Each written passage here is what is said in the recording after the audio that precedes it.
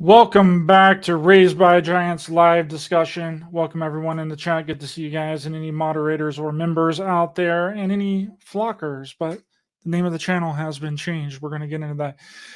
That might be joining in. We have a really great show for you guys here today. But really quickly before we get started, super chats and super stickers are available, and also PayPal and Buy Me a Coffee links are in the description as well, and are a great way to help support the show and my work. And channel memberships are also available and are a great way to help support the show monthly. A new channel members only episode will be dropping tomorrow on Friday.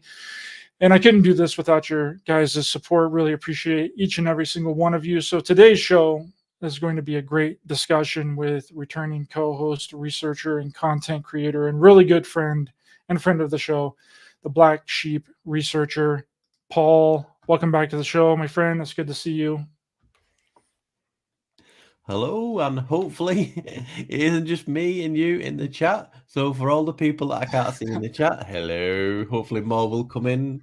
Hopefully I've not set you back even further. But yeah, it's good to be here. Good to be on again, and we'll have a blast like we normally do. Hopefully everyone will enjoy. Well, I know everyone will enjoy it because we always have a great time. It's just an honor and a privilege to be back on. Yes, sir. Always a fun time having you on, Paul. And it's been a minute since you've been on, and you've changed the name of your channel, which might be confusing to some people. But you changed the channel back to the original name of your channel. Is that correct? Yeah. A long time ago. It feels like a long time ago. So I've been making content on YouTube for about 3-4 years. I was originally the Black Sheep Researcher, and YouTube basically deleted the channel. So I then created What the Flock TV. Was that for 2 years, and I just had as you Americans talk about, a hankering. I just felt a calling that I want to get back to my old OG name, go back to the beginning where it all began, the name that got thrown onto me. So I changed the name to Black Sheep Researcher. And sometimes people are like, they don't realize the sub, because obviously some people will not be aware of how I became the Black Sheep Researcher.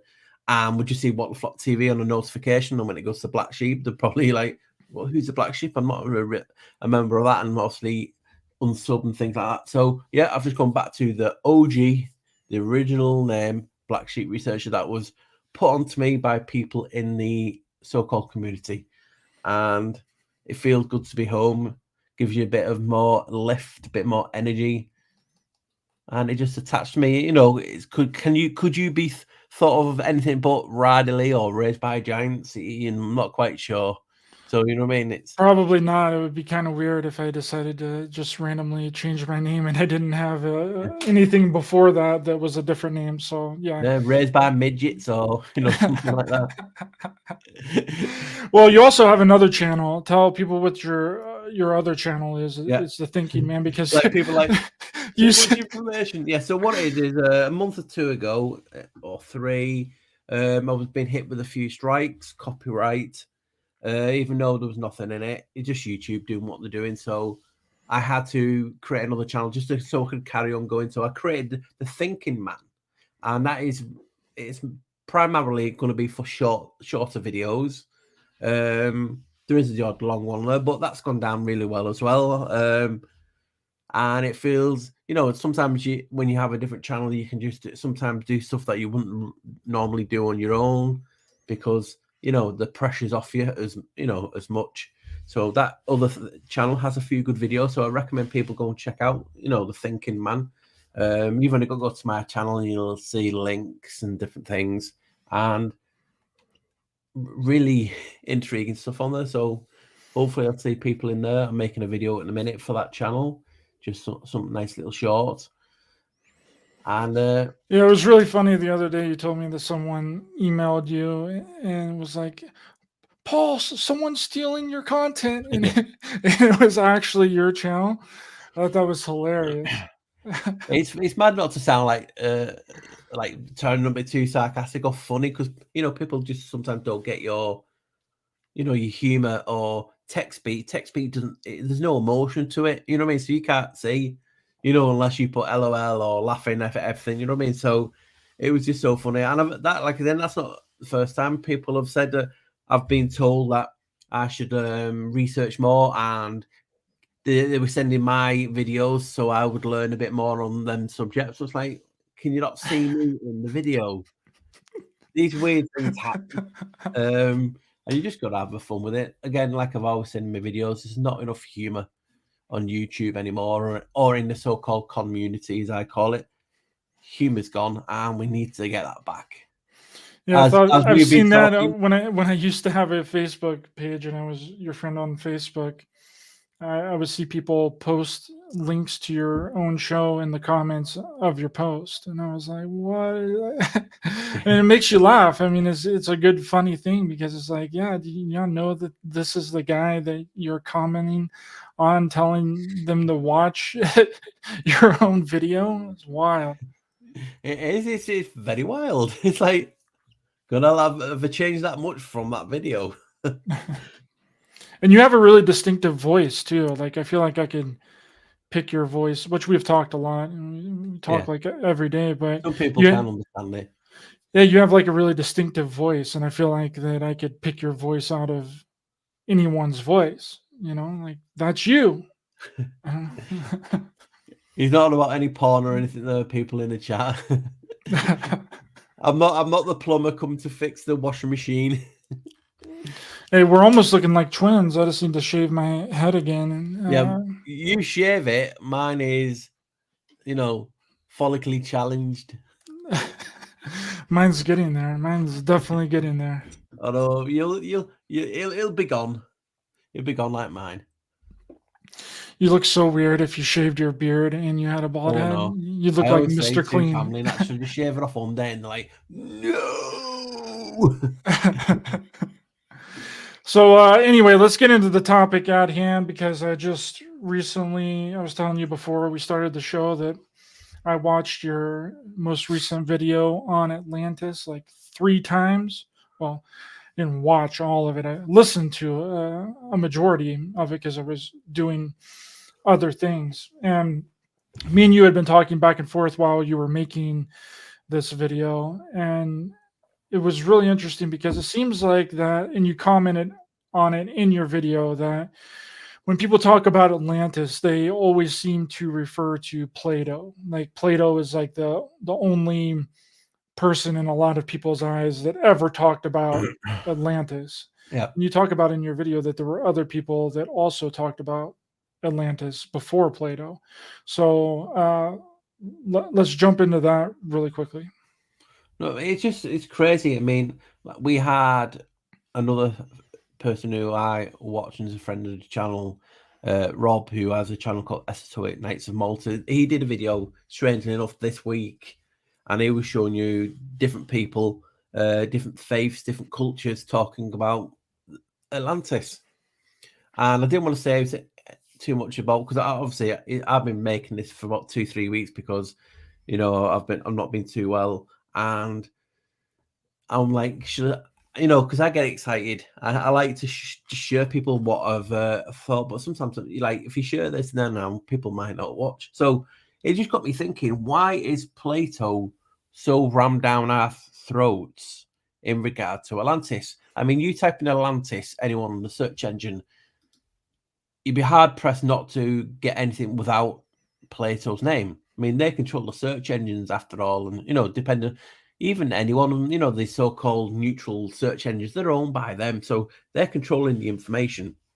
And when I was looking into Plato, it talks about how he so-called got the information from Solon, but there's some like people in Tibet who were talking about it, and another guy, Rob was talking about the other day.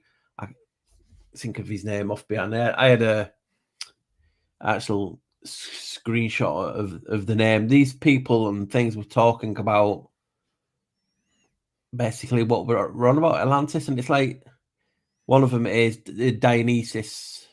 That's another one who's talking about Atlantis and information. So you could just say for anyone, you know what I mean? There's loads of people who've talked about Atlantis.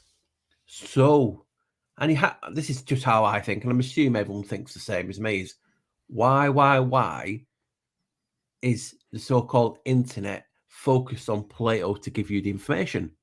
Because, like as we just said, that's just, Plato says this and Plato says that, and then you'll find, let me do a little bit more digging, and it'll be, Plato. People think it's just a lie. It's just metaphorical. It's a poem, and then you have to go really, really, really deep to even find anyone else mentioned in the tale. So that just got me to straight away Plato, and I'm like this. And when anytime I'm thinking like this, there's always two things I generally do for anyone who wants to do the same thing.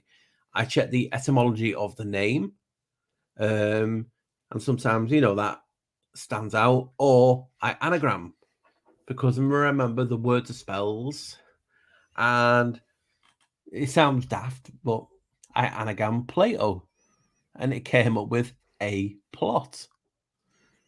And we always talk about plots, but you have to really dig deeper on it. I mean, it's it's just a crazy thing. I mean, a plot, as dangerous as it is, you say a plot, people think, well, purchase a bit of land and different things, but it also means a secret plan. You know what I mean? By a group.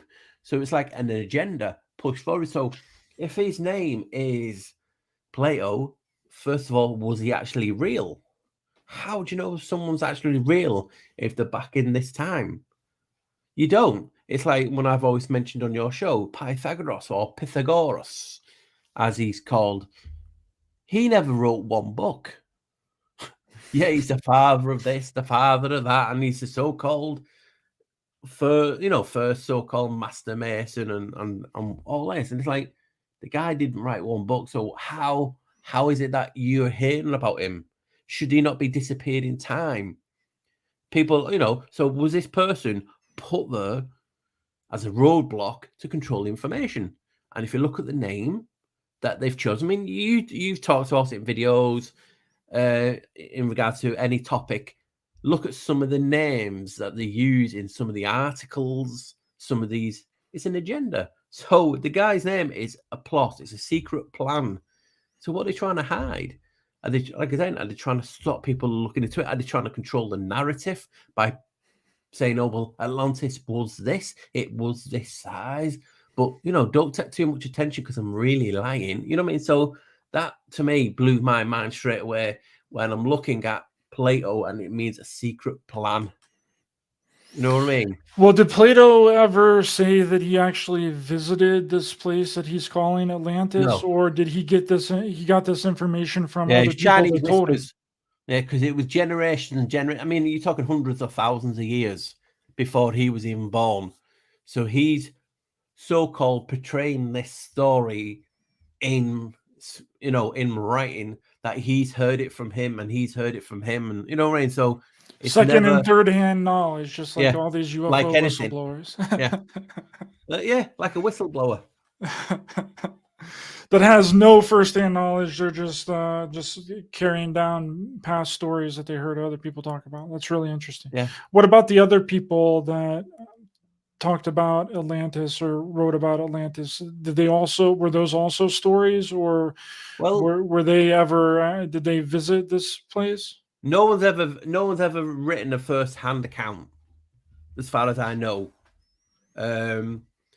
You have, I can't pronounce it. There's an Indian, not it, like a Tibetan, Indian, Hindu guy that Rob was talking about, that he, had the information on Atlantis, its shape and different things. But again, it's just all from the narrative. Chinese whispers that I'm telling you about. For instance, you do a lot about UFOs and how that UFO snowballed from the wrong shape, object, disc, and different things like that. So it's just the same as that. It has an origin tale, and like us, we adapt, we change it to fit our narratives.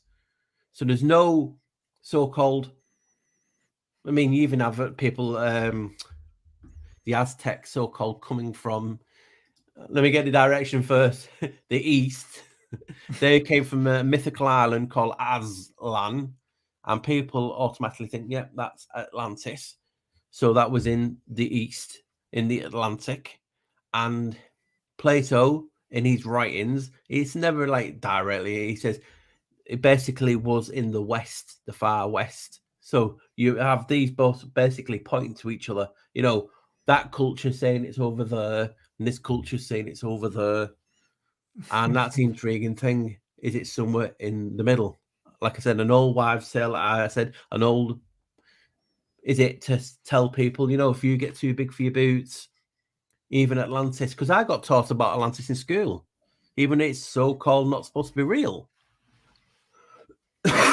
So why is this agenda only to get you to look into Atlantis? I mean, how many programs have been made on it? Yeah, there is no first-hand account. There's just tales from tales from tales. I mean, how possibly could you? I mean, I'm not saying there's no physical information out there. Do they have it? But it's like anything.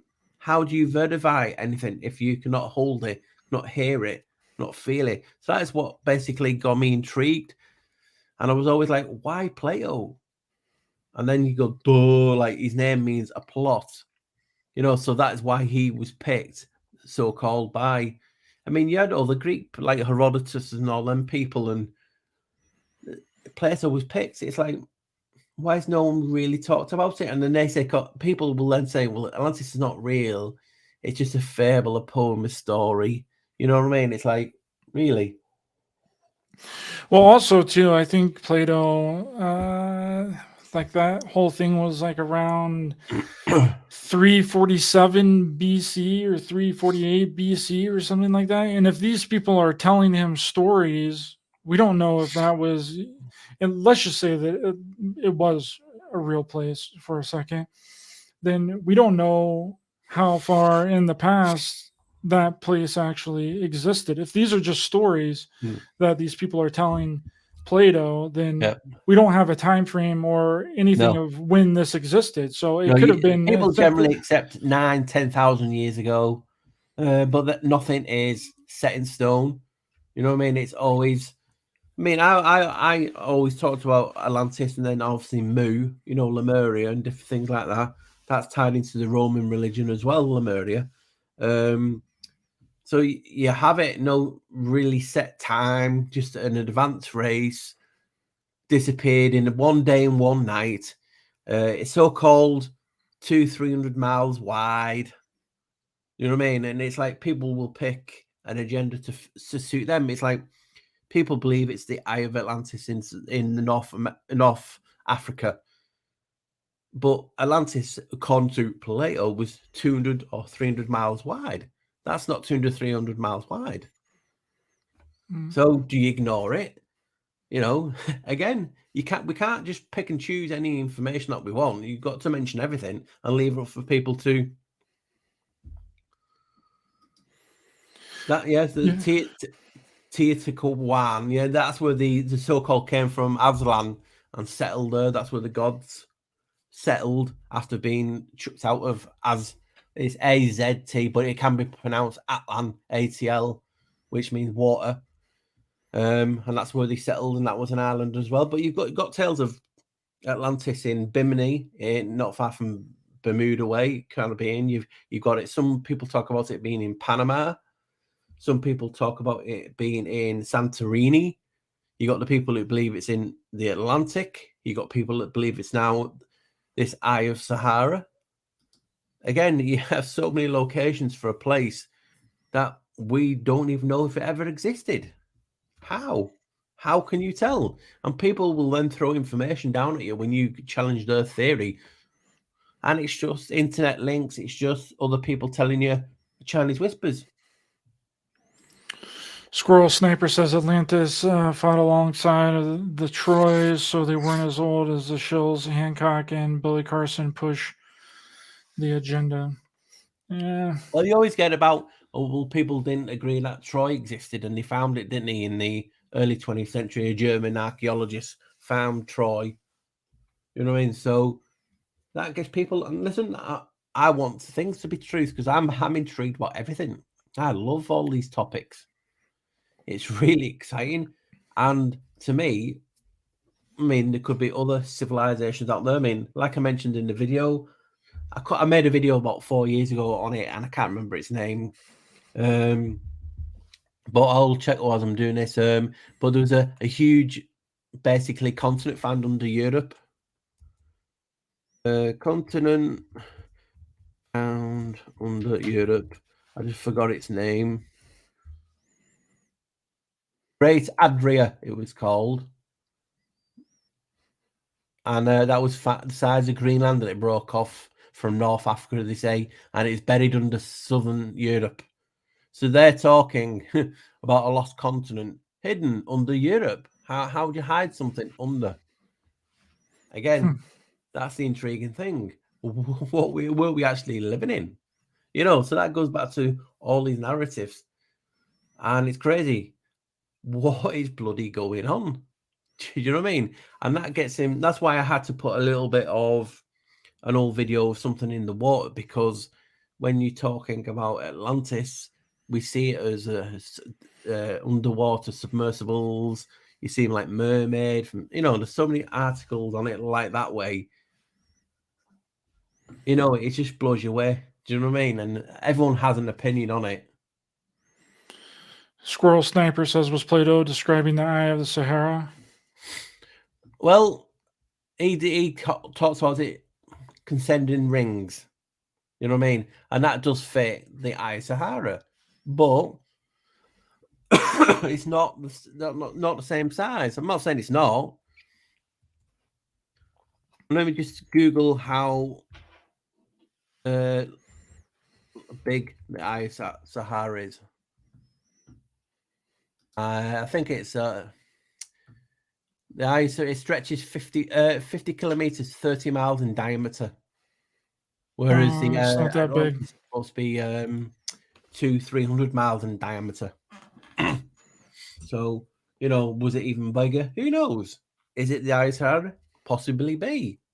Because like I was saying in the video, in them days, they had no compasses. You know, the first so-called compass was used for divination in China. And north is a man-made construct. So when these are talking, basically, they would have just been east and west. But then you had Jerusalem at one spell in the center of the known world. You just don't know where everything is. You know what I mean? It's an intriguing topic that 9 out of 10 people in the chat would have been told about this at an early age. Was you talked about this in an early age? I'm not 100% sure if it was taught to me in school. I'm sure a teacher or someone mentioned it, but I don't think they went into great detail. I think the myth and the lore and the mythology just kind of supplants itself, because we have this evolving lore of, you know, what it was and what happened to it. And then, you know, then you have like Aquaman, like Atlantis being underneath the ocean. And like, I think it just kind of regurgitates itself and then somehow gets to people. I don't think that I was ever really taught it or shown anything really about it in school to that degree. I think it was just through like cartoons and like movies and comic books and stuff like that is how I learned the name Atlantis and what was going on. Now, what did these people say happened to Atlantis? Like, did they say that it was destroyed and then it went underwater and it's like underwater now, or like, yeah, what did basically they said in one day and one night. So is that just a full day? You know, basically it went down underneath the water, swallowed by the waves in one day and one night, disappeared completely. So, you know what I mean? So they're saying that it did go underwater? Yeah. They said it was swallowed by the water, volcanic action, earthquake, tsunami, you name it. Now, that's got to me thinking of, if this was a real place, and we'll get onto other things later, could it be from the so-called agreed flood? The great flood that every civilization has talked about. Every culture around the world has a flood story. Is this when this event happened? Do you know what I mean? Because, you know, if you do believe in it, it just seems funny that I've never saw anything in my life like display so big under the water in because you think about it, an island basically, if it was an island, island is still solid rock underneath the waves. You know what I mean? It's just a part of the, it goes like, it's not floating. You know what I mean? So it is solid rock, and to this just be wiped in a sinkhole, or like I've been talking about in my videos, is it just in another cave? You know what I mean? Connected by cave system, you know what I mean? And it got swallowed up that way, like a sinkhole type of thing. You know, there is that thing. How is it pronounced? It's on Paramount, and it's basically like a sinkhole, or a sinkhole opens, and it's like a portal as well, and people what's it called now? Let me have a look what the series is called. Could it be something like this? Paramount, like sinkhole.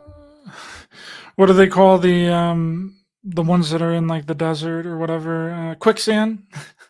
Yeah, there's quicksand.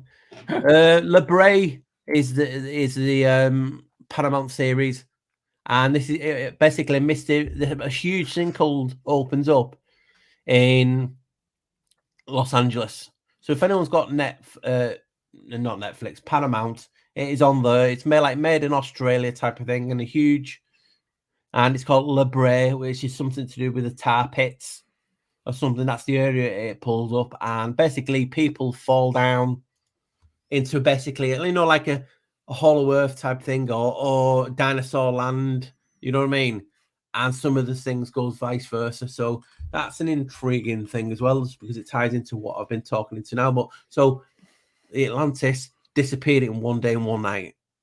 Now, wasn't that similar to World of Worlds as well? Wasn't there a giant sinkhole in War of the Worlds? There's been that many of them made, you know what I mean? No, I can't remember which one of that, but yeah, it's just intriguing that, that's why I mentioned it. Was it just a fable? If you don't watch yourselves, like Sodom and Gomorrah, that that type of tale. If you disbehave, God is going to smite you off the planet. And it's like, did this happen to these advanced race? Was it a battle? Was it a war? Because if you look at the deserts that you're talking about, desert, the sand, the glass, the mineral, it's actually made up of broken rocks, mountains. It's like, what the bloody hell happened to that to basically go like that over the place? Could that be, like I've mentioned in other videos, like the Great Rift, the Milky Way looks like a crack in the ceiling? You know what I mean? So is that what Jetsaman, hello?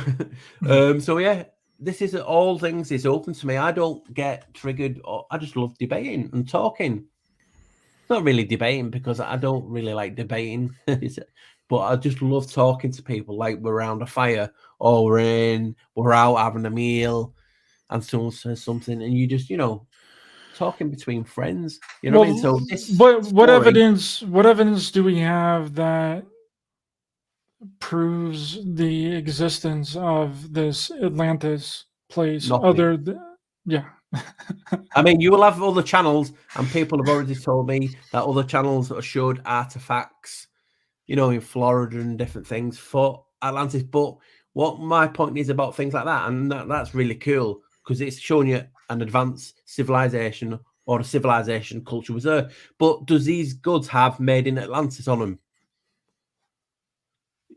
They don't, you know what I mean? So we're like, for instance, if I was an archaeologist and I went to a certain area, you find something in the ground, you then telling a story of how that is there. There's no made in China, there's no made in USA. You just surmising it's that culture, that civilization that has made it. You know what I mean? So when people say, oh yeah, people have found stuff in different places around the world, and they're saying that's Atlantis, and you've got to think, well, tell me, show me. And the artifacts won't say made in Atlantis. You can make that. Well, a lot of those artifacts are fake. A lot of those are that's a whole industry in Mexico.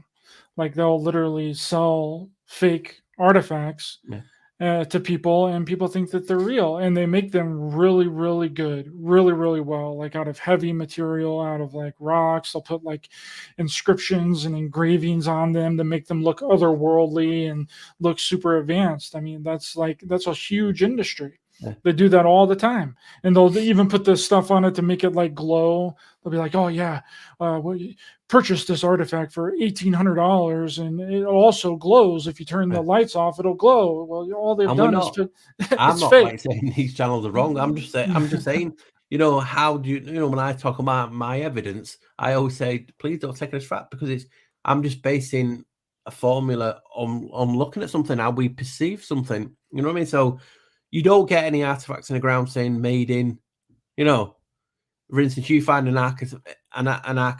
artifact in Mexico, you're going to surmise it's Mesoamerican, it's going to be either Aztec, Mayan, or it's going to be the Olmecs. You know what I mean? You got the Olmecs, which is even older. So you're going to surmise what is belonging to who. You know what I mean? So you've had so many cultures and people living, and then obviously, as we know, they're talking about we're not ground to certain locations. You know what I mean? We could have come over here. Eden could have been there. Is Eden? So everything is up for debate. And it's just whoever finds something. For instance, if you find something, you will put your spin on it. If I find something, I put my spin on it, and so on and so on and so on. No one is different. We just put it that way. You know what I mean? And it's when you find something in the ground. I mean, I used to be a metal detector. I don't do it as much now, and I've found so much. But how do you know? People say, well, it's planted there. You know what I mean? People talk about all these advanced races, and you're finding like 700-year-old coins. You're finding Roman coins. It's like, well, how did they get there? I mean, could anyone tell me if they drop a coin now, you're like, you're dropping it. So there's weird things that's going on and intriguing. We just don't know anything. It's like I said, and if I find a coin and it's legible, you then can obviously search on the internet and say, oh, well, that says it's from that location, so there I have a Roman coin. So that's one way. But if there's no anything legible and it's just an artifact, you've then got to say, I believe this could be that because of this etymology and different things, which does build, a bit more for your theory. But like I've always said, just because it looks like that does not mean it's that. You know what I mean? We have to be honest. That's why I'm honest about everything I do. Sometimes I see something and I often, people go, oh, you'll say Janice, you know what I mean? It's just, we all see things differently and we're all influenced by what we've learned. So if someone's got an archaeology background, they're going to see things a lot differently than I would. You know what I mean? And that goes for everything. It's all a story. It's like when people talk about now, oh, tell live vision. And they do all that stuff. Well, I'll just reply, okay, are you going to a library? We can all do these things. Same thing. Yeah, it's both telling lies. And well, it's just interesting with a lot of these things, like these artifacts that have been supposedly dug up. And I'm like, well, why is there not an extensive archaeological team at this site where you supposedly got these artifacts from?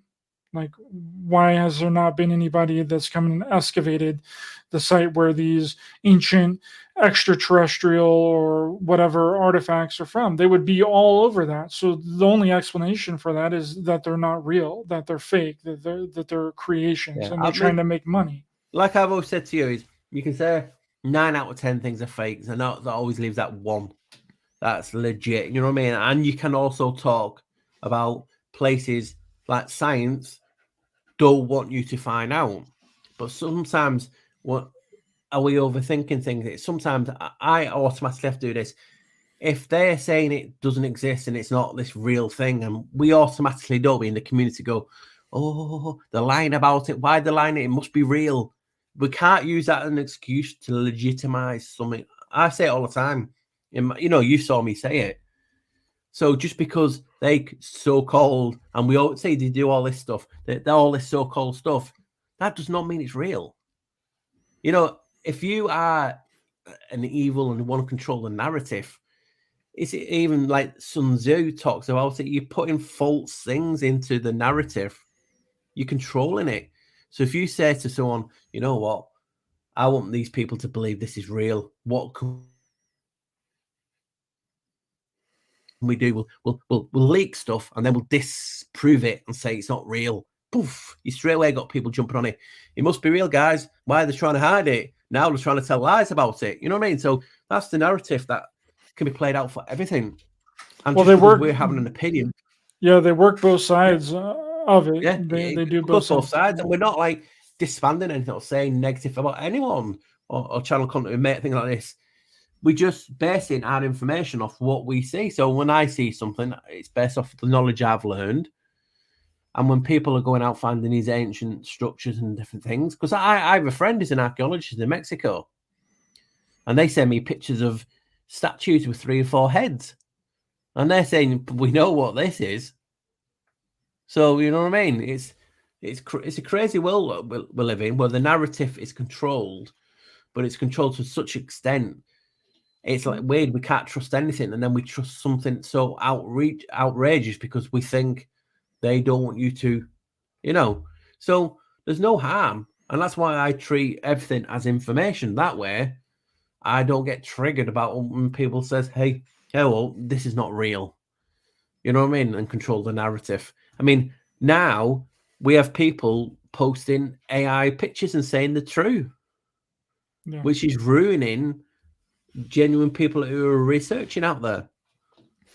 Well, I mean, I've just seen it firsthand. I've seen these fake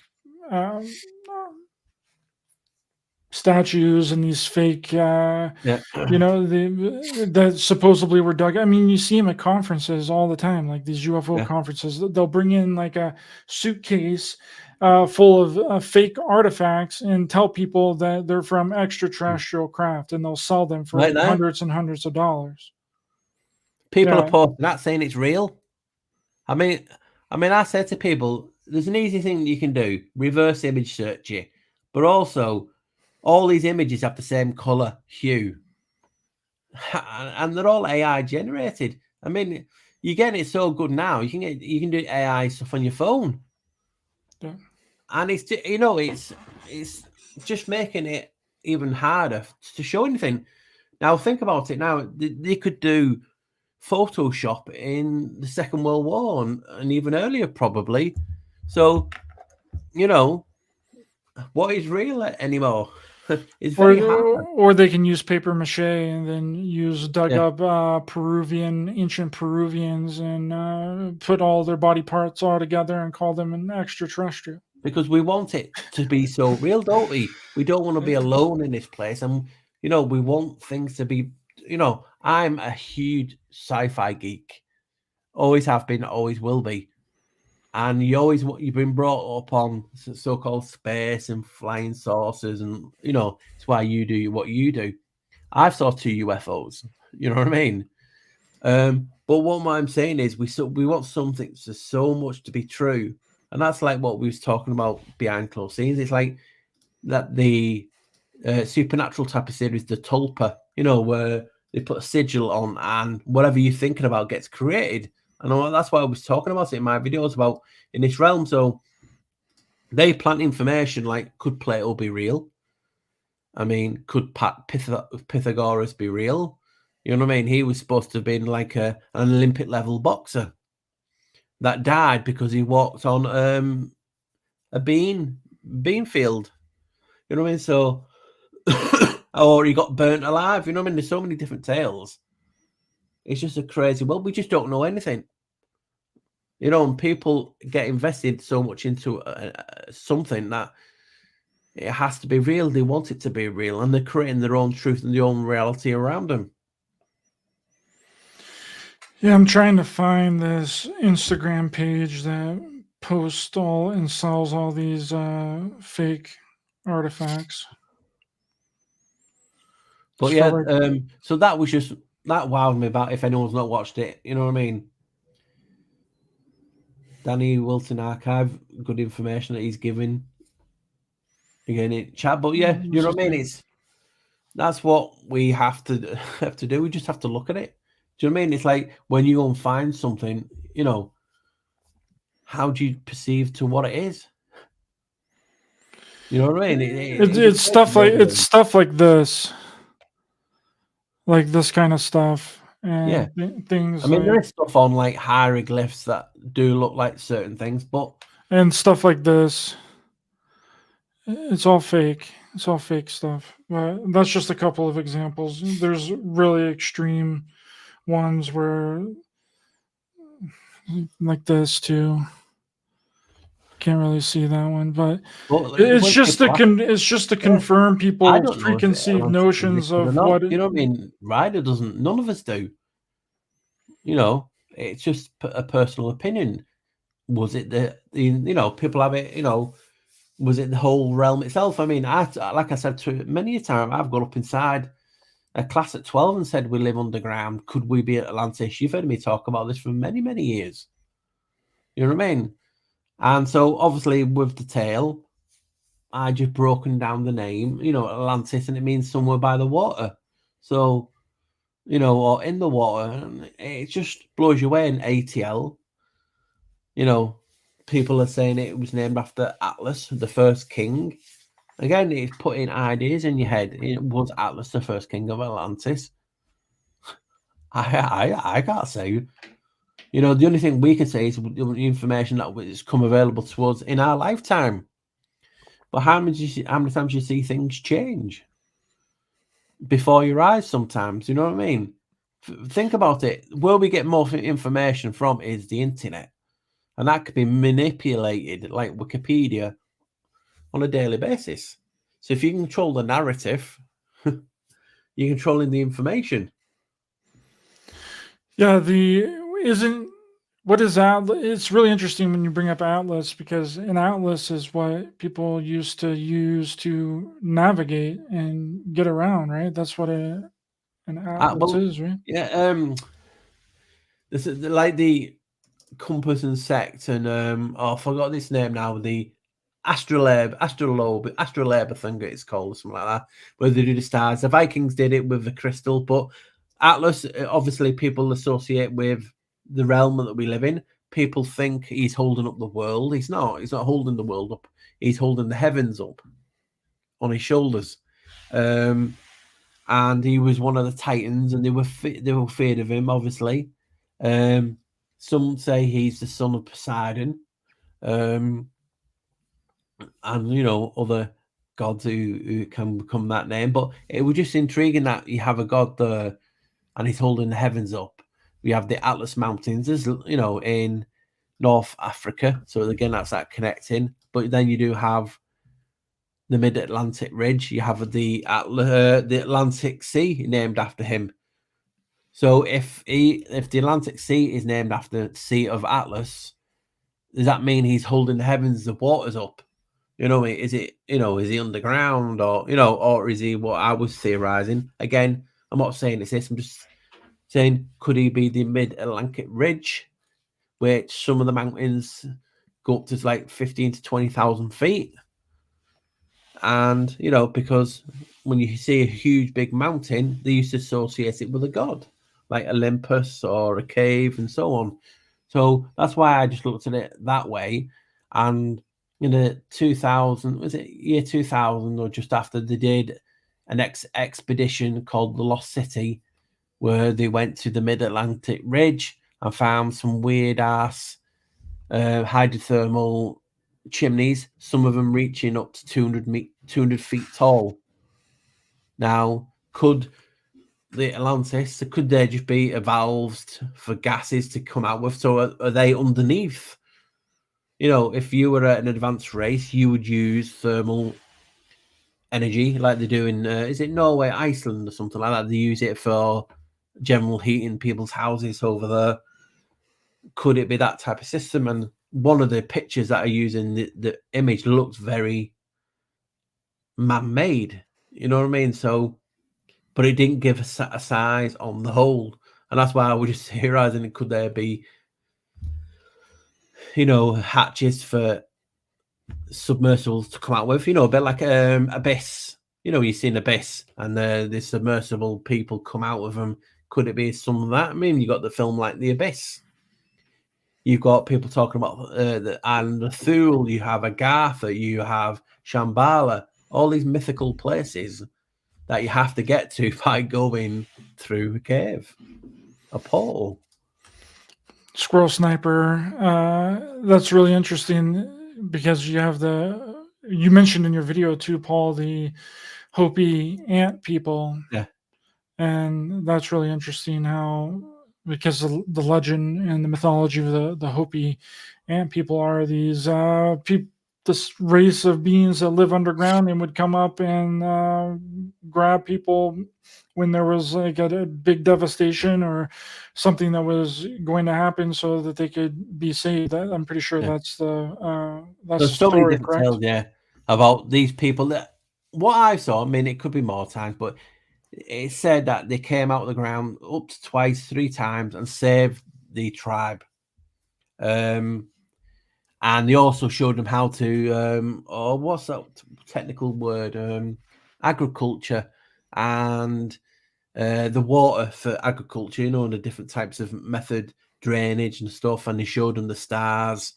And that was just from the ant people. Now, a long time ago, a friend passed me a hieroglyph of, and you saw it because I've put it in certain posts, of an Egyptian hieroglyph where they do look like they had antennas like an ant.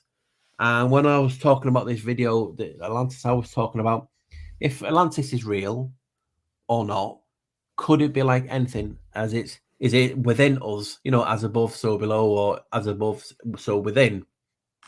Everything seems to be mapped out in our human bodies. So when I was talking about the brain from a clip that it was in a game, it was talking about knowledge. And Atlantis is a store of knowledge. And if anyone got hold of all this knowledge, it's like, could it be a connection within us? You know what I mean? And so then I started looking at, remembering that it looks like a man in your head, you know what I mean? The arteries and different things. And it looked like Hercules between the 2 hemispheres, you know, the pillars of Hercules. So I'm thinking, wow. So there's the pillars of Hercules. And I'm thinking, well, they have to go through there. Atlantis etymology came from ATL, meaning water. Is there something called the ATL in our heads? And there was. You also had rings, you know what I mean? And then you went a bit, you know, underneath that Hercules, it looked like an ant. And I'm thinking, Ant-Man came out the caves, out the cranium, out the head to save them. Was it a moment of clarity? Who taught them the knowledge? And that's what they was talking about. We're talking about these people coming out from the ground, out of the cave, teaching them lost knowledge, like Prometheus style. So why does it look like an ant? Because it did. There's no way around it. So that's why I was just thinking, is Atlantis, we're always looking for things out there. Could it actually be within us? Which I thought was, you know, quite intriguing. And obviously the ATLs are tied to semantic memory, facts, and knowledge. And semantics, seaman. And we're always talking about the sea peoples who came, you know, you got Dagon, you have Oans, you have obviously those type of figures coming out the sea, seaman, just like the ant people. It's all connected. So, you know, could it just be all within? You know, like Danny's talking about in there, which everyone has always talked about. It's not like I've come up with it. I said that in my video. Everyone talks about it within. You know what I mean?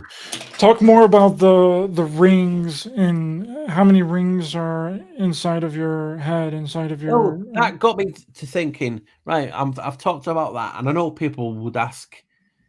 And again, I'm not a smart person. I don't pretend to be. I'm just like you guys in the chat. I'm not saying you're all dumb or I'm dumb. You know what I mean? But I don't pretend to know it all. I'm very much so. I don't. So I got thinking. He said it's the Hercules pillars, and funny enough, obviously, as you guys know, that's where I was born. I was born on the rock, the Hercules rock. You know what I mean? So That's my affinity and why I've always been intrigued by it. So, look, we got the rock, we got the pillars, we got the ATL, and then I thought, as I was sending you the rings, Plato talked about the rings, Atlantis intercentric rings. And then I found that was in the video. I'll read it out, guys, but I'll just show you that it is in the video and it's just on my phone here. It talks about a one ring to rule them all. So if there's one ring to rule them all, that's plural, saying we have many rings. And we do have rings in the brain, but there's one ring to rule them all. And that's, again, that's information based. So this ring in the pre-cortex controls the flow of information. Controls. It's like a, you know, the bouncer at the door, the archon at the door. This controls everything. And like the Lord of the Rings, one ring to rule them all, and that just blew me away. So this part of the brain in the prefrontal cortex allows the brain to manage information, the flow, in the most efficient way. So if you think about it, if you could control that, and it's like I was telling you before we came on, I was watching that old film again, Lucy, when it talks about we only use X amount of our brain. It talks about the brain is not being mapped fully. How powerful are we if we can do this? And that's what got me to thinking, again, with the word etymology, ant, obviously doesn't just mean ants. It can be ent for giants, but also ant can be the front, the forehead. And again, I always say to you, who had four heads? And people were saying in the chat, and it was a good shout for them. I don't know if they're here today, talking about, it sounds like Thor head as well. Forehead, Thor, god of thunder, the bright spark. You know what I mean? So we have all those intriguing things that we can talk about. And again, when you think of the rock, you think of like the rock in the middle and the two pillars on the side. The two pillars could be symbolizing the two temples. Yeah. The two temples, and the rock and the rock in the center could symbolize the pineal gland. Yeah, it could easily be. So you have so-called three eccentric islands, and it's this again. But we're going off that information. Once if it was 6 rings, 7 rings. Once if it was 1 ring. You know, if you think about it, if it was just 1 ring with a dot in the middle, that's the Godhead, the symbol for gold. Also, the sun. You drop the stone in, you create a wake, you get the rings, cymatics. So is this Atlantis something that we can only access if the brain fluid around us can connect to a certain frequency or vibration? You know, people go into trances, people see stuff, you know, DMT. You know, we used to produce more DMT and we don't produce as much as we used to. You know what I mean? So you got all this evidence, and quite rightly so, saying, is it inside? Now, were these tales to show you how to get to there, like a map? You know, if I say to you, there's a map, and there you go, and I put it in the ground, and it ages, and it falls to bits. So what could I do instead? Right, guys, Atlantis was through the pillars of the Hercules. You then had the war at the ATL, and so on and so on. Is it all connected that way? Is that the way oral tradition works, where stuff is passed down and we have the map in us? We are the walking map. We are the atlas. So we can always find things. We're the atlas, yeah. I think Squirrel Sniper is a psychic. They're ringing in our ears right here. Well, that's what we were just talking about before. We were just talking about this like before we started the show. Wild Squirrel Sniper. You're a freaking remote viewing psychic. I knew it. Squirrel Sniper says the symbol for the sun and the patterns as well. Danny. Well, that's another way that you can, you know, get more access to natural DMT as well as like doing certain breathing exercises. It unlocks that natural DMT and natural benzodiazepine in your brain as well. But it's like anything. I mean, We just have to experience things for ourselves. I mean, we always say, why is something classed as a cult and evil? And then the stuff that you have, your intuition says is evil, is classed as good, because it's just someone's opinion who's in power. You know what I mean? And because you're in power does not mean you're a good person. Again, like anything we said, just because you're in the church and a priest, that's got nothing to do being about a good person. You know what I mean? That's just people in power in certain positions that can control the narrative. You know, if you can control the narrative, you can put anything out there that you want to do. And that's the crazy thing about it.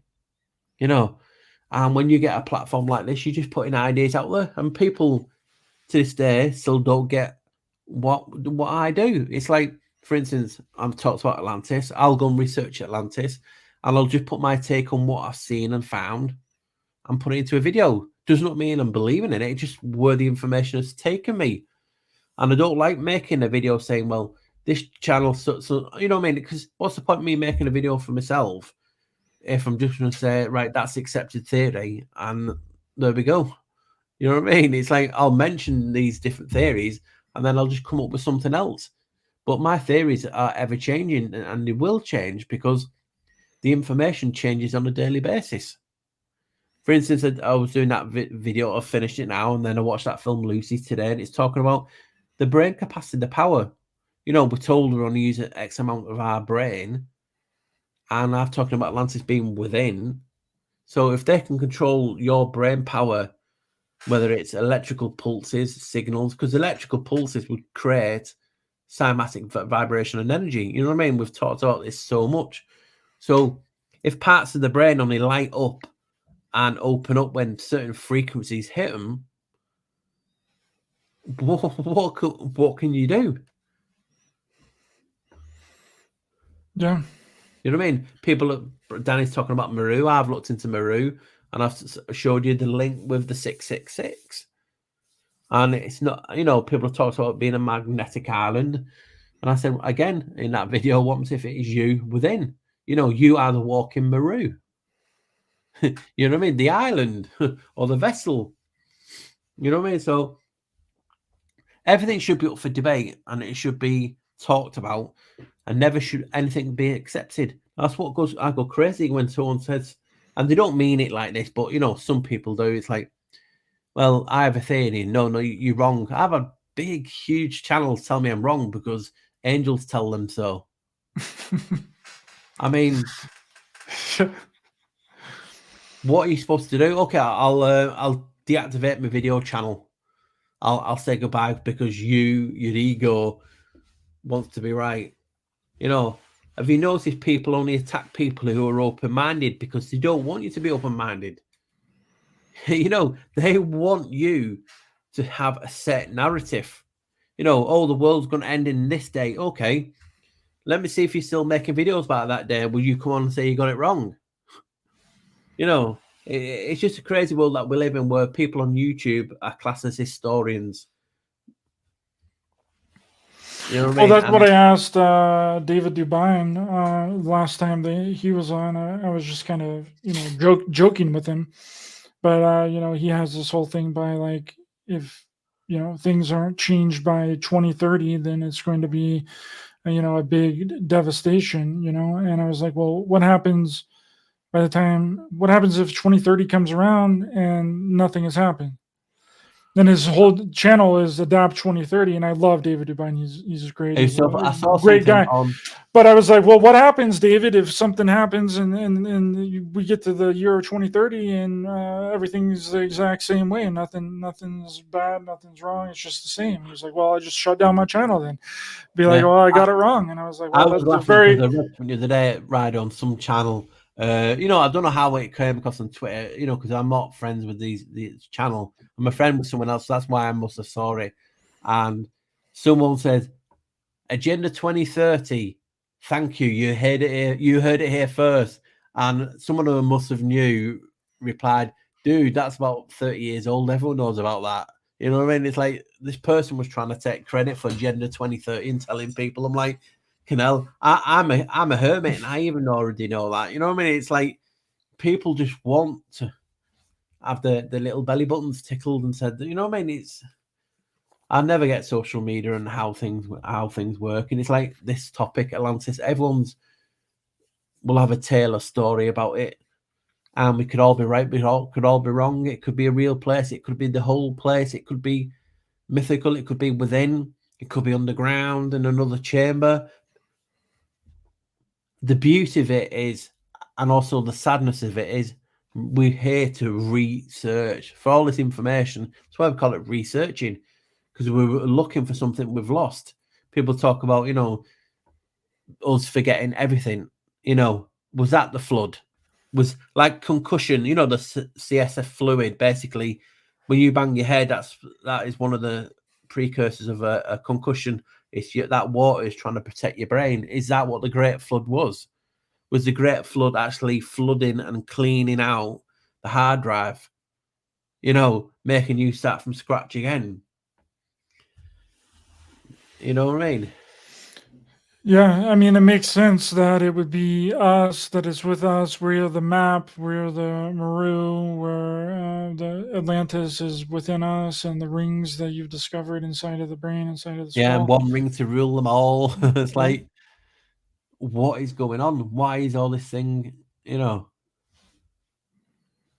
It's just, man, you know, yeah. I talk about people farting again. Yeah, Maffa, make America fart again. Maffa, baby. Yeah, Maffa.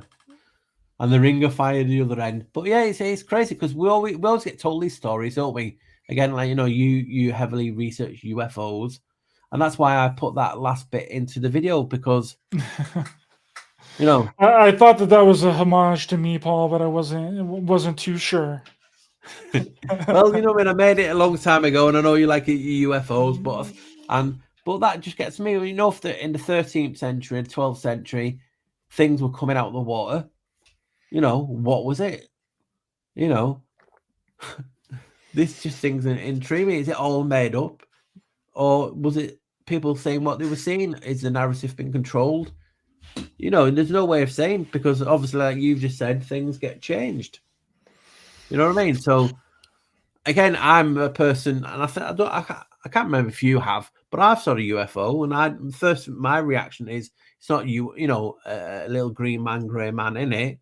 I automatically think, you know, like a advanced culture, army tech, and I'm like, because the one I saw was like sausage shaped and had a red glow all the way, and I had witnesses with me, was waiting to get a bus, and we saw a huge ship like that. And it's not like I'm not, you know, it didn't have wings. It was just like a flying sausage. And I saw it twice, miles apart. What did I see? You know, I mean, I've seen strange stuff too, but I can't say that it was it's like my daughter UFO or what it was, because I really have no idea. That's the label that we've given it, and it's hard to describe things. What did you say? Well, I saw something in the sky. People have said it's unidentified flying object, and people automatically think of aliens. My eldest daughter saw a huge orb glowing, and I mean like orange, and it was flying around her like this. And my daughter's not one to make up stories like this. She, you know, it's crazy. We've seen so many crazy shit that's going on in this realm. And again, is there some place that we connect to? You know, people talk about furries and different things in the furry realm, and you can access this by, you know, the ancients used to say about underground portals and different things, and all these cryptozoology animals. Were they real? Were they manipulated? Were they like Plum Island type of thing? Was there is it always been an ancient Plum Island where they're mixing DNA of animals? And we just don't know. We just don't know. You know what I mean?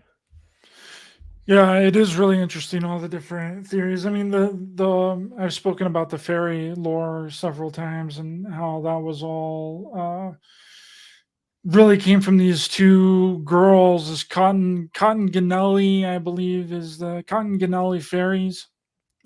where they were fake photographs. Oh yeah, I'm talking about the older Irish type of furry, not them. You know what I mean? I know they were friends. Whole thing he did, like so-called befriend them. The creator of Sherlock Holmes. I forgot his name now. Can't remember. He was, you know. But yeah, I'm talking about, you know, like the furry realm type of thing from ancient druids and things like this. You know what I mean? So there is things out there we just don't know. You know what I mean? It's like when we're talking to each other. Are we the only humanoid race out there? You know, how were we created? Was there nothing else to be created? You know what I mean? Did God, if you believe in God, did he create everyone straight away? Conan Doyle or something, yeah. You know what I mean? So there's so much shit going on, but like anything, there's so much fakes as well, and information that's manipulated. Again, like this subject that we're talking about today, Atlantis. Again, most of us have said, yeah, we have heard it from an early age. And from Plato being a plot, are they controlling the narrative to steer you away from it? Or is it false information? Did it really exist?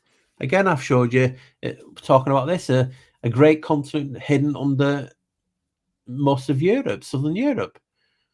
You know, what is this realm? It seems to be like we're all built on top of each other. An old video that I talked about, remember, Tempest Fugit, like the hourglass.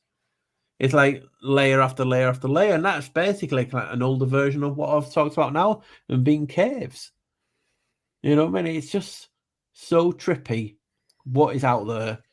And when we see something, our brain, like you've talked it many times, when you see something, your brain does not know, wow, what the hell is that? How does your brain deal with it? Then put it into words for you to, you know, say. And are we can holographic, or is there other type of technology that can control the narrative? You know what I mean? Control what we see. I don't know. I mean, I'm not asked you. Do you actually believe in Atlantis? Do you think it was real, or do you believe it was a metaphor? Or what's your thoughts on it?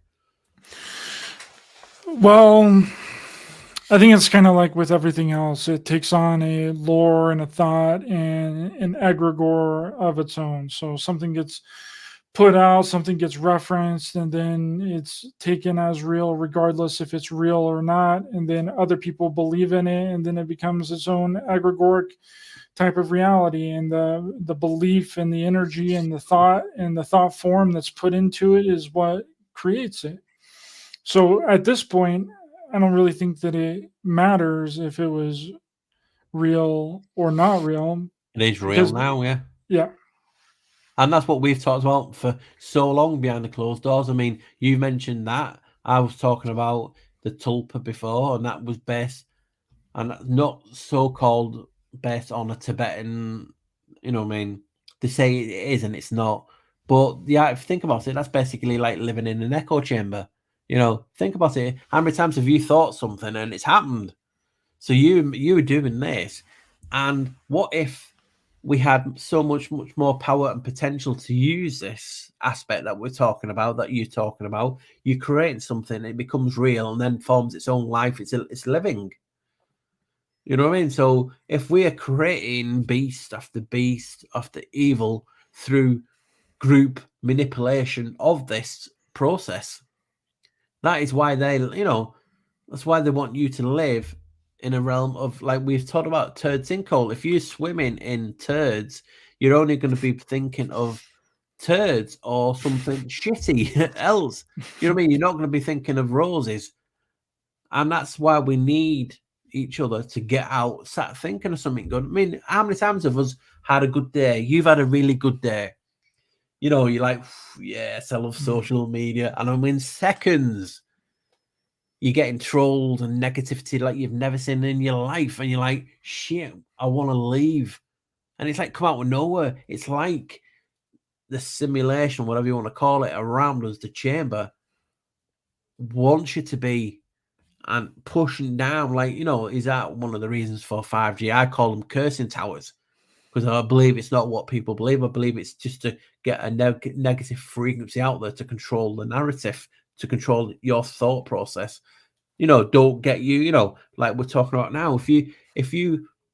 If all these so-called energy locations around this realm, the vile vortices they're called, you know what I mean, on the floors, the energy ley lines, the lie lines, if you're controlling the narrative, it's like you trying to pick up a radio station, but you're picking up a false one. You know what I mean? Like the evil alter ego radio station of what you used to listen to. So we're picking up negative thoughts and vibrations, and it affects this ship. So then if we're producing this type of thing, did Atlantis exist? It might have done. It might have just been lied. They might have just lied about the name to control the narrative. How many so-called, this is a lost civilization? How many bloody lost civilizations can we have? And it's like, if it's lost, how do you know its name?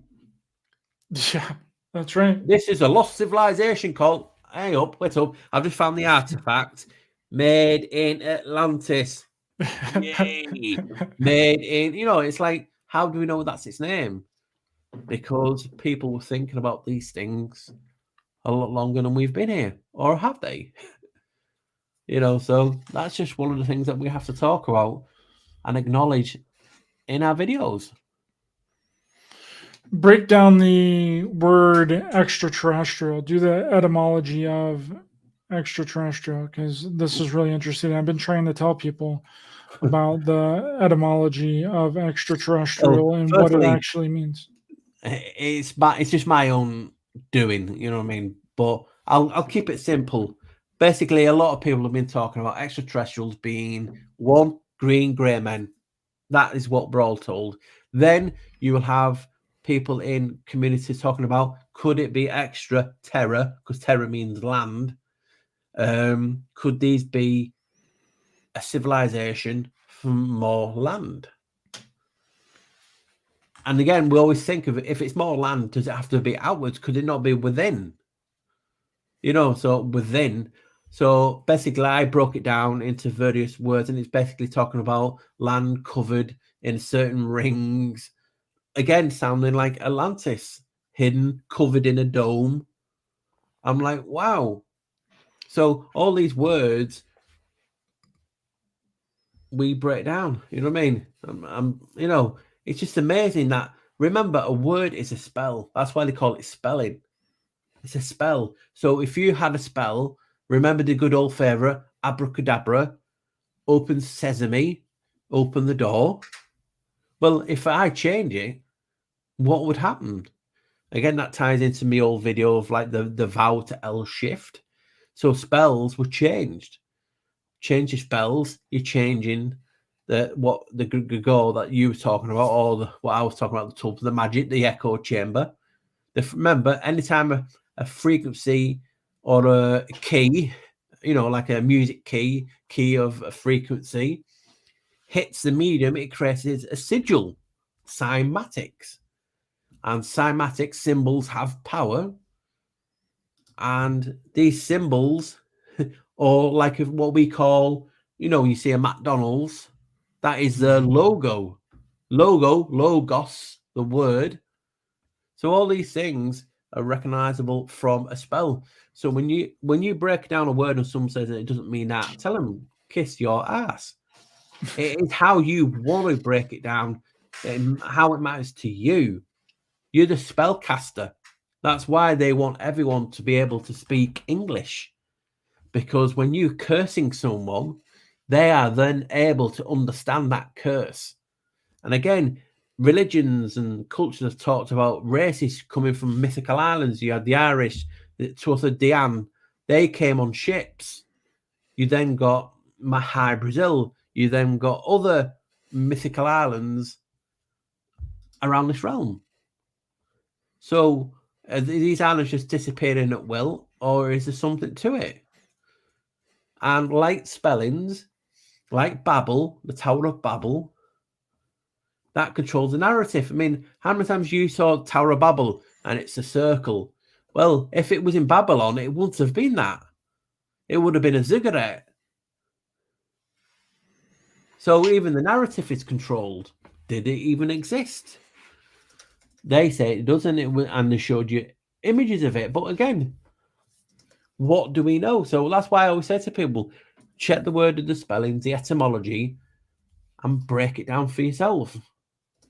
Like I've said to Ryder so many times, one of the holiest tones, frequency is AUM. If that is so good, why is it in such a negative word like trauma? Again, it's a spell. It's in certain languages, and they have an effect. See, I look at the word extraterrestrial like the standard definition that everyone has come to the conclusion of, that it just means extra land, but not extra land as in an extra land that we don't know about. It just means any land outside of your land. Yeah. So you got the United States, you got Canada, you got Mexico underneath it, right? Canada and Mexico are not a part of the United States, so therefore that would be extra territory. That would be extraterrestrial. Anybody that would be coming from Canada, anybody Illegal that would be coming aliens. from Mexico, would be considered extraterrestrials because they're not from this land. I know. Or anybody from any other country that came to the United States. It just doesn't have to be the land from the surrounding area. It could be from the UK. Someone, if you flew here from the UK, you landed in the United States, you'd be an extraterrestrial because you came from extra land outside of the United States. Or an illegal alien. Yep. And then you're thinking like, well, you just created that then. Does that mean that it's real now? Because it's been cast through a spell out of the voice of God. You know what I mean? So, well, I mean, it's an explanation. It's an explanation of what people mean by alien and what they actually mean by extraterrestrial. Because, and it's like what we're saying, does the first time anything's been discussed, does that mean that's the first time it's real? Does that mean it's right? You know what I mean? Who sat down and said, well, you know what, let's start the tale about Atlantis. You know, Lemuria is a festival for the dead in Rome, but it's also a mythical island. Lemuria is Mu. Mu was supposedly, to the tales, in charge of Atlantis, and Atlantis was just a colony. You know, so, and they were at war then with them because they wanted to be, you know, basically on their own. They didn't want to be run. You know what I mean? It was the outpost. Again, who controls this narrative? You know what I mean? And again, like people are saying about, could it be this? Could it be that? It could be anything. You know what I mean? That's the narrative of it. Because like anything, when we do our videos, I can go and make an idea and I can make it fit. You know what I mean? And that's the nature of anything. And people like us have always existed. So when we go to these informations and we get people going, right, guys, you watch TV. Oh, you've got a TV in your title. You're evil. You've got a television. I'm like, okay, yeah, we know about programming and indoctrination. Where do you get your information from? Oh, books. What, from a library? And people can shut up because I've just showed you. In fact, you can do television. I can go library. You know what I mean? Just because it's a book does not mean it's fact. Just means it's done as an opinion of the author, and authors can be manipulated like anything. So we just need, you know, what do you go off? For instance, I'll not pick anyone out of chat, but I'll just say the chat. If I ask a question and the chat say this, and you know, what does your intuition say? And the chat will go, my intuition says this. But what if my intuition says something else? Who is right? Well, my intuition is never wrong, so it's definitely me. Oh, but my intuition is wrong because you've said so. Information is information. Information is gold. It is how everything flows. You know, you control the information. That's the narrative.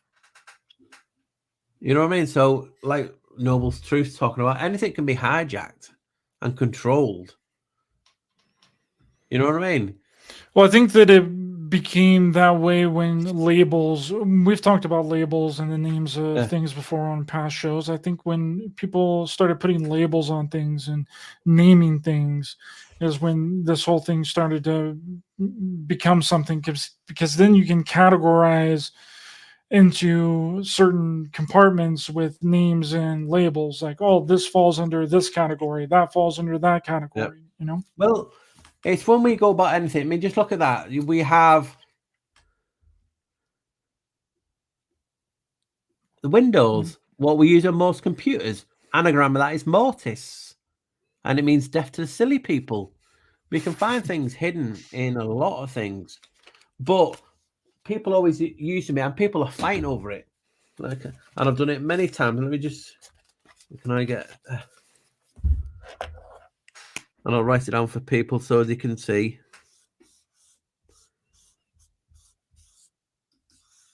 People always argue with me and go, look, and they're arguing. Oh, Atlantis it appeared on maps. That means it's got to be real. High Brazil has appeared on maps, makes it real. How many? You can go all day about things that have appeared on a map. Does that mean it's real, or does it mean it's spam? Spam. That's maps backwards. So think about it. Maps are political. They are religious. For instance, if I'm making a map, shit, it's like me now. If you have your own house and you're doing a survey, shit, if I can add an extra acre to my land, and there's the boundary, that's my. Let's go to war. Now you cross my boundary. Whoa, we've fought wars over it. Who controls the narrative? So, for instance, people always use Mercator. Mercator did not leave his bloody building, his house, or whatever you want to call it. He got maps of other people and asked people to go. So then you're sending out, say what, Johnny, you go out and map over there. Okay. Johnny gets there, has a knife to his throat. Right. I don't want you lot knowing where this is, this and this and this. Alter it. Okay. Goes back, or he gets bought or bribed. Maps are political, religious in the basically origins. It's there to manipulate, and it's like one reason, or well, this doesn't exist, but it's on a map. It means it's real. I've got maps of mythical islands. I've got in front of us here. Can I take a picture and just show you? I mean, I love maps. Do you know what I mean? I have Did Atlantis really appear on a map? Yeah. I have a really old map. Pardon the in front of me now, in front of my computer. I got given a really ancient map. I love them. It's intriguing because obviously things and words and places are labeled and called differently. Now you can just Google it straight away. You can, like I included it in the video itself. So if I just Google it now to show you people live, I'll type Atlantis on maps. You can see Atlantis. Oh, yeah. So it'll appear on the map, and there's so many of them. You know, I mean, was it mislabeled? Who knows? But just because, there you go. Like, there's another one, and it's in the region that I was talking about, the Mid-Atlantic Ridge. You know, but again, or is this information just based off whatever's controlling the narrative? You know, and it can be manipulated. I mean, depending on what you live, because obviously a lot of people have a belief on where they live, and most people in the chat, 99.99, can say with 100% accuracy that we're not living on a spinning globe like they say.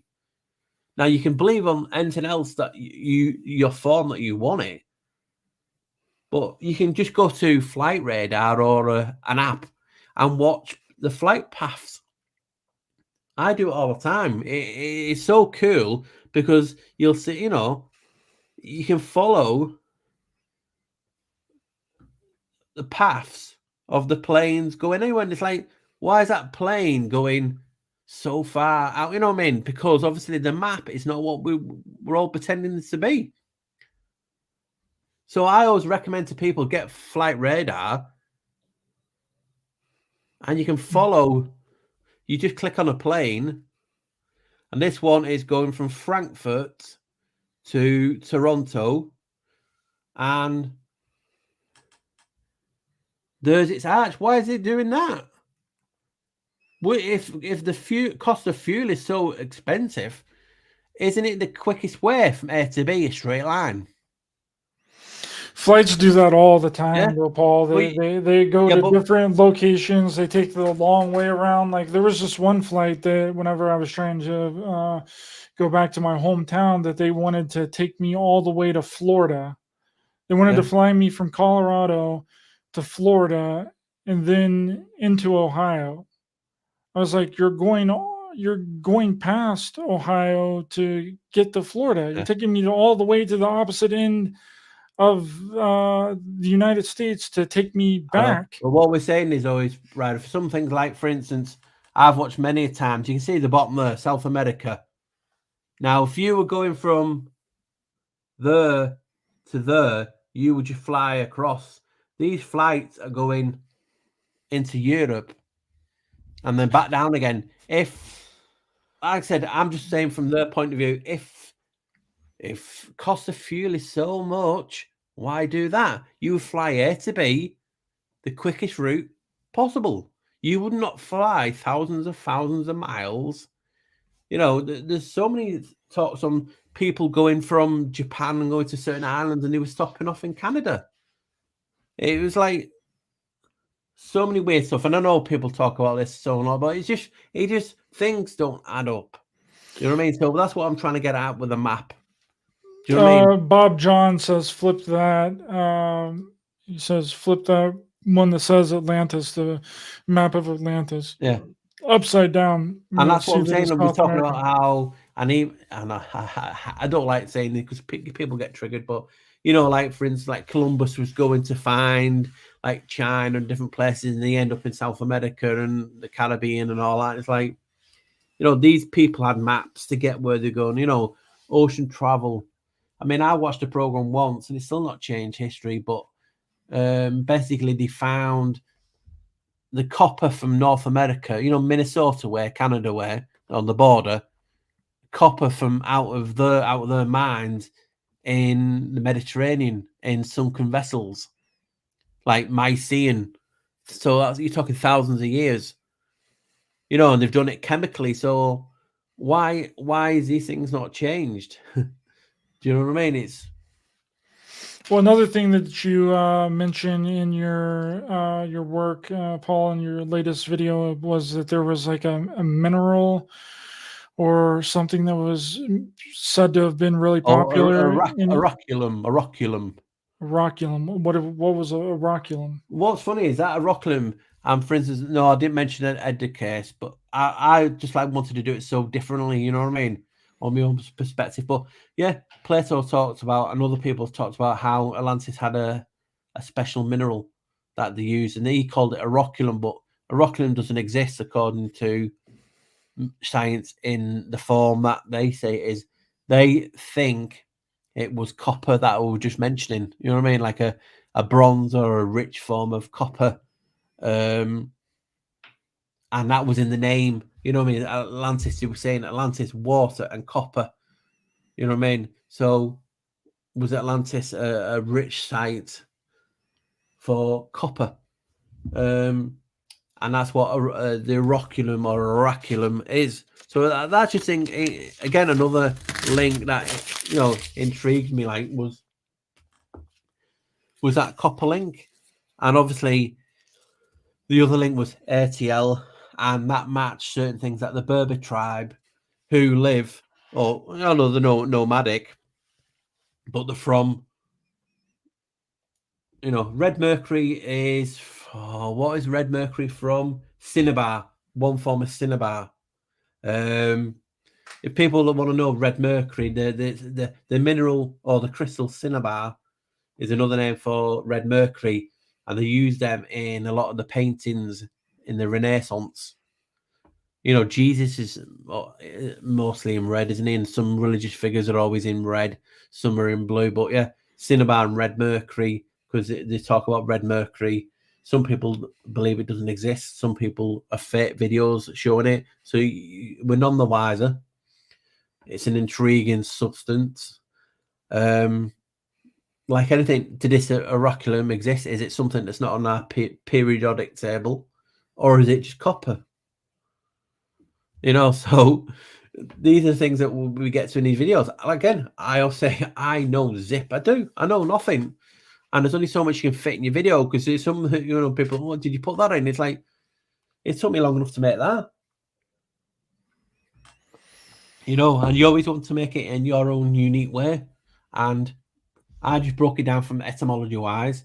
One people think it means island, water, and copper. Some people say it's near copper, near water, and some people talk about it being obviously in my, you know what I mean. So, like I said, people talking about a contraption with red mercury in an old picture house.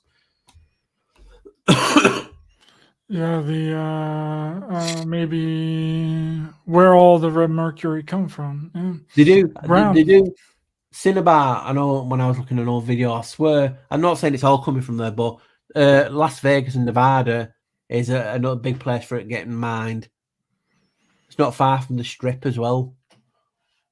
The mined cinnabar. Not worldwide, but you know what I mean? Ancient Japanese and Chinese used to love it for their boxes. The Renaissance used to use it in the paintings. And again, what does that have? You know, does that affect anything? You know, who knows? Because we know we know. Well, now. that's what they say, that a lot of the original flying machines or the original airships, they were using spinning mercury. Yeah. And then there's red mercury, obviously. Yeah. I'm wondering if there's red mercury, is there other types of mercury?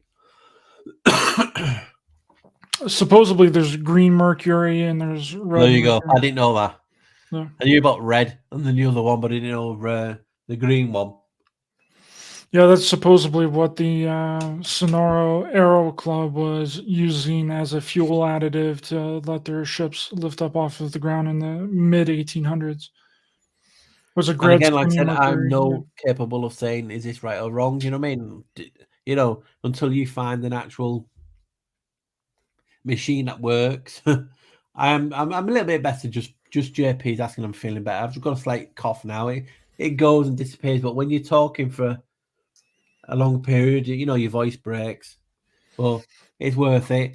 Helping out and appearing on Brother from Another Mother channel. And everyone give him a heads up, he's doing another documentary. That's right. Documentary number 2, working on it right now, baby. Are we allowed to give people an insight yet onto what it is? I know you said it to me, but are you allowed to say it to the general public yet? It's just going to be about MK Ultra, pretty much. That's what the whole documentary is going to focus on, and other big filmmakers and of the time of the 70s and 80s, and the music industry as well. Yeah, I'm proud of him making these good documentaries. Thank you, Paul. Did you got to see JFKX? Didn't you? I watched a little bit, yeah. You know what I'm like? It takes me years to watch anything, so I have started watching it in parts. And like when you showed me the trailers, you know, that is killer. You know what I mean? And what I would do say to people is, don't people have an opinion on what JFK and what and Ryder with his buddy have made? You know, he should be proud of it. You know, I'm proud of him. He's done it. Do I believe everything he says? No, but you still can be proud. It's something I would have loved to have done, but I don't have the capability and I don't have the time. And you should be proud of your friends when they kick it out of the park like that. You know what I mean? But I mean, you pretty much make a documentary every one of your videos. Yeah, but not so to them standards. You know, you take it to the next level. I'm like the basement type, but you know, I'm proud of what I do. It took me a while to be proud of it because we do focus on the negativity too much. You know what I mean? People don't, you know, people have it hard. And I'm no different. I have a very hard life. You know, I have like 3 children and I look after my mum as well. And it's like, when do we get the time? And sometimes I don't feel like it. And sometimes I need you guys to give me, it is corny, but it's true. You know, it's like you log into social media, not if you're only seeing negativity, like, why do we do it? You know what I mean? You forget, you know, we forget the positive and the good thoughts. And it's not a constant thing. You just need it sometimes, and that's what I'm proud of you making it. And I hope, you know, people say, "Oh, are you going full media normie?" So what? Be proud of him. He's one of us. He's one of us. And I always say to people out there, shouldn't don't that be restrict the yourself goal? to so-called. Yeah, well, as I said, and I've said, you've heard me say it. Don't restrict yourself to so-called truther friends. Have people that are so-called normal. They keep you grounded. A good person is a good person, no matter what they think. And what we have, the people in this society is, oh, well, I can only have truther friends. Yeah, but most of them are dicks. They are. There's no point having a friend who's a dick. Have a good person. You know, what you believe in can change people over time. There's many truther friends I don't talk to because they're so arrogant and egotistical.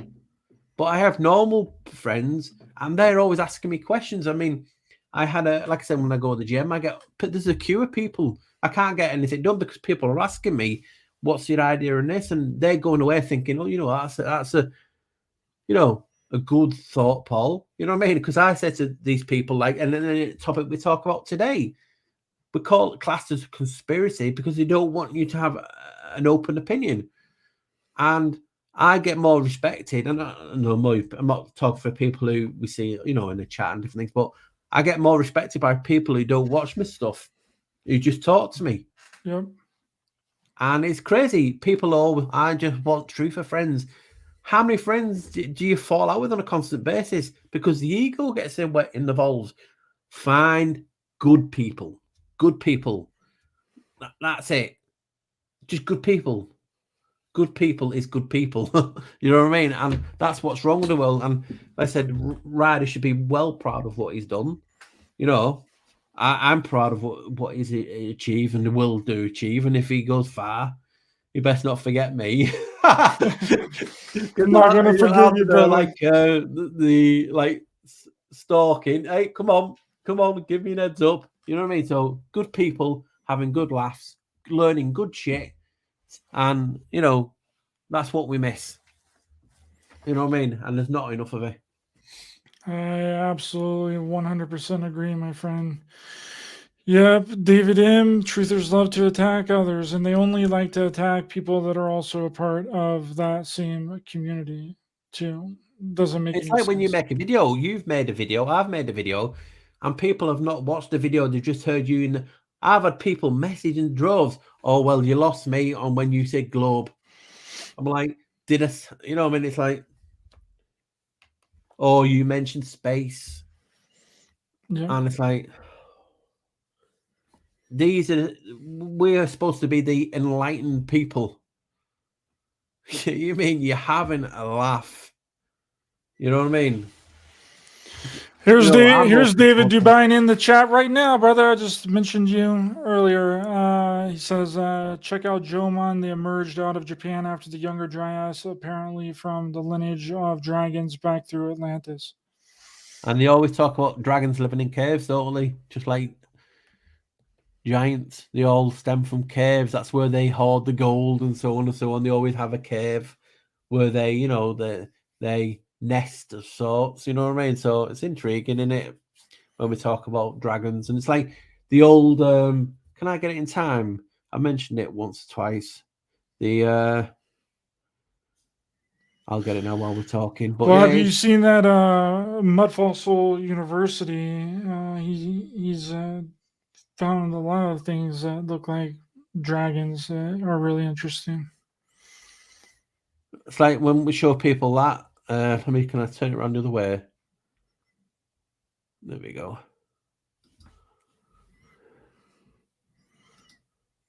Oh yeah, That's the old flag of England. of England. Yep. Hmm. Dragon, white dragon on a red back, and obviously Wales have a obviously a dragon now, and that's like a red dragon on white and green. But that's the old flag for England. You know what I mean, with a dragon on it. So then again, you talk about, were dragons real? Were they misidentified? You know what I mean? So again, that's just the intriguing thing about it. You know what I mean? And that's what we love to learn. He said he meant the DNA lineage of the divine right to rule. Well, all the rich people, the so-called lords of the land, they're the biggest thieves, murderers, rapists. I don't know if anyone's a lord and has lord land, you know what I mean. But basically, back in the day, if you had the biggest army, you just marched in and took that land. You went to war, you took a land. You know what I mean? It's like, for instance, the UK. People are on about, oh, you shouldn't live here if you're not English. You're like, what is English? Because you've been invaded so many times, like everywhere around the world. People talk about America. What's America? Was America the Eden? Was that where we all came from and migrated the other way? You know what I mean? There's so many things that we just don't bloody know. Yeah, and speaking of Japan, David, I just did a show on Japan not too long ago. And I still got to watch that because it was really intriguing me, that one that you did. Yeah, and he was talking about how like 98% of the population are Japanese. They've always been Japanese. So really Japan has not been infiltrated by any other races. They're mostly all Japanese, which is really It's interesting. funny that, isn't it? Because of obviously the size of Japan and its islands. You know what I mean? You thought, you'd always think it would be the other way around, wouldn't you? Like, it's distilled into us. Yeah, it's really interesting. Peter, Mud Fossil podcast on silicon and geodes was interesting. Yeah, it's a good channel. Susie, I drink distilled water because I feel better, but according to someone I personally know, says it's bad for me. Well, that's what the funny thing, isn't it? Because you'll see people in the community thinking that the doctors, the herbalists, and so on and so on, and they'll say one thing, and then you'll do research, and it's actually not good for you, and that's another opinion. You wouldn't eat anything, would you, or drink anything? And that's the not swear. I don't want to swear, but the fucked up philosophy of all this. If you went off everything, you should just do what feels good for you. If you're eating this substance makes you feel good, it doesn't mean it's going to work for everyone else. You know what I mean? But as long as it works for you, that's all that matters. Yeah. And I'm not a doctor. I'm not a psychiatrist. I'm not any of those things. Not a therapist. I'm not a nutritionist. I can't tell you what works for you. You got to figure that out on your own. I'm just a giant. He's just a black sheep, baby. That's all that it is. David M says America is cancer in astrology, aka the motherland. It's interesting. Astrology is, I believe, really important. I mean, even back in ancient times, they knew all this astrological. Yeah, the first compass was from divining. You know what I mean? The Japanese Chinese having that. You know what I mean? It was basically a spoon, but and that was like the so-called first compass. And what we know as a compass didn't come into fruition, I think, 12th, 13th century in that Great Vowel 12 shift period. Yeah. But that's always intrigued me, and David Evans just talked about it now. You're supposed to get your minerals from food and stuff like that, but it always gets me Because when you think of minerals, you also actually think of rocks and different things, don't you? It's like just go and suck on a rock. Oh my god! Why did I say that? You know what I mean? For anyone out there, you know what I mean? But you know what I mean? It's weird, isn't it? What your body seems to need, isn't it? All these things that we have to have in our body, and you would never think you would have to have it. You know, all these minerals, all these supplements, and do actually supplements help? And it's not so there's so many things, and food. For instance, like I was looking at something the other day in France. They don't have as much people having cardiac arrest, even though they have more fatty diets. You know what I mean? And there's certain fats that's good for you that we don't use, and they're trying to get you to use plastic margarine and shit. You know what I mean? The place is nuts. I mean, like in the plague days, lemonade cured people of the plague. It's like, for fuck's sake, oh yeah, I'll just go back in time with a bottle of lemonade. You know what I mean? It's crazy. It's that acid from the lemons. The lemon or lemon or something chemical in the lemon that kills a parasite. You know, that's why I drink lemon water every single day. They always say, if you live, with a lot of insects, just plant lemon trees near your open window and they won't fly past it because of the fragrance they give off. You know what I mean? So it's just, if you really sit down and think where you live, you'd be like in hell, literally. You know what I mean? Things just don't make sense. Well, Paul, you're probably getting really tired of talking, and your throat's probably hurting. You're a little. See, that's his cue to. I'm bored. He wants to go and do something else now. Get off my channel, Paul. I have to pee really bad. That's what it is. He has to pee. Go on. We won't talk about anything rude or anything. You just leave me to your channel. I'll keep it going. Paul's now in the driver's seat. Yeah. See you in a minute. No. So we're off, guys. This was just an informal chat about my Atlantis video, and if you watched it, we covered a lot of things in the show and so much more as well. A little great chat. The chat's been fabulous, as it always is. And please give Ryder a heads up and a follow if you've come from our channel and you've not subscribed. Give the brother some of their flock love. That flock of love, that sheep love. Let's get. What's your big next milestone? What's your next figure that you want to hit? I'm just trying to get up to 10,000 because I've been told, Paul, that once you break 10,000, things start getting easier. So I'm on a race to 10,000 right now. What are you on now? Let me have a look what you're on. Let's have a look at what Ryder's on live. 8,300 and something. You've had a good year though, haven't you? Yeah, it's been a really good year. Because I remember you being at like 5 and we're talking, and you should have so many people, because if you think about it, he's interviewing people at like the top of apart from me, because I'm not at the top of the field, intriguing people, you know what I mean? So-called normal people. He gets them on the channel, and it's a lot of hard work. Do you know what I mean? And I've been stuck. My milestone is 30k because I've been stuck for over a year on the same figure, and it doesn't go up. Every time I do a video, I lose subs. I must be the only creator lose subs when you make content. You know what I mean? That's about the same thing with me. Every time I post something or post a reel or something, get him followed, get him subscribed if you're from my channel. I really do appreciate it. And make sure that you're still subscribed, because I think make sure you still subscribe, because people get unsubscribed also. And if you want to follow me, just go to the Black Sheep Researcher. That's me, or just Black Sheep Researcher, or the Thinking Man. You'll find all the links. And I'm on Twitter as the Black Sheep Researcher also. And do the likewise.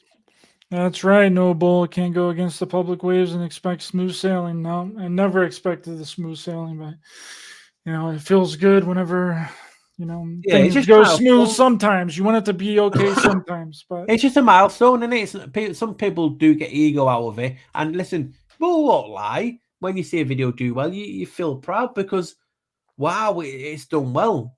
You know what I mean? We don't do this for the money. You know what I mean? Obviously I not. don't make anything from it. I just appreciate people taking the time. But it's milestones, like anything in life. When you hit that figure, you want to hit the next figure. You won't see your channel growing, you know, naturally. But YouTube do manipulate. And, you know, it can have an effect when you're seeing you going down constantly. It's like, am I doing something wrong? But you just have to crack on with it because you're never gonna, you know, you're never gonna be one of them. Do you know what I mean? And we do need your support. And Ryder's, I need a wee. Got a wee. Need a wee. So take Thanks care, everyone. Thanks for coming today. And it was a quick, short one, just 1 hour and 50 minutes this time. And we do go off context a little bit, but that's because we're just natural and we appreciate and we love you guys, and that's what it is. Hopefully you have a good weekend or rest of the week. Yes, thanks everyone in the chat. Please be sure to hit the thumbs up button to help the channel and the algorithms. The links to Paul's information is in the description of this video. Thank you everyone that was in the chat. Rebecca, Candace, Susie, Noble Truth, Just JP, Dr. Hugh, Nance, good to see you guys. King James, thanks for being here everyone. Really appreciate you guys, and we'll see you all next time. Bye-bye.